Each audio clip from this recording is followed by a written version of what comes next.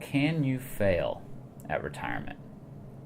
When I pose this question in front of live audiences, I often get, it seems like it's about a 50-50 split that people think that you can fail retirement. And so I want to share a quick story about a client of ours, someone who we've worked with for many years. And this client was a very successful physician here in Bethesda, Maryland.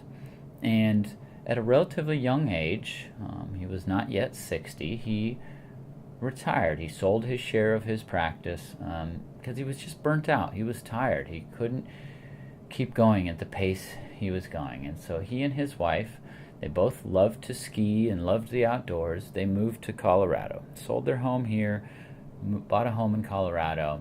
And that first winter, every time we spoke to them, it seemed like they were coming from or going to the mountain to go skiing. They just loved that first year out in Colorado, skiing in the winter and exploring the outdoors and otherwise in the summertime. And then a little over a year into retirement, we were speaking with him on the phone for an annual review, and he was talking about how there was something just not quite sitting right with him, and it was the fact that he was starting to feel that he was losing or forgetting some of what he had spent an entire career studying and becoming an expert in, and he wasn't ready to let that start slipping away. And so he had been doing some research on his own time, just trying to stay connected, and he actually reached out to the local university, the medical school, and he ended up going back to work, and he was working one Friday a month.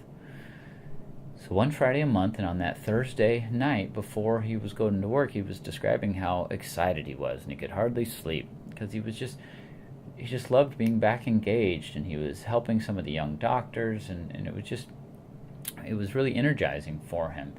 And so after he did that for several months, he enjoyed it so much he actually went to working 1 day a week. So he was working every Friday, and he described the reason why he worked on Fridays because that was the busiest day up on the slopes. So he said he figured he'll just work on Friday. And he was saying that he was telling us that several of his friends were giving him grief, giving him a hard time, telling him that he was failing his retirement because he'd gone back to work. Now, he didn't need the money. He had done a very good job of saving and always living within his means and paid off his home, right? He did not need the money one bit, but it was that softer side of retirement.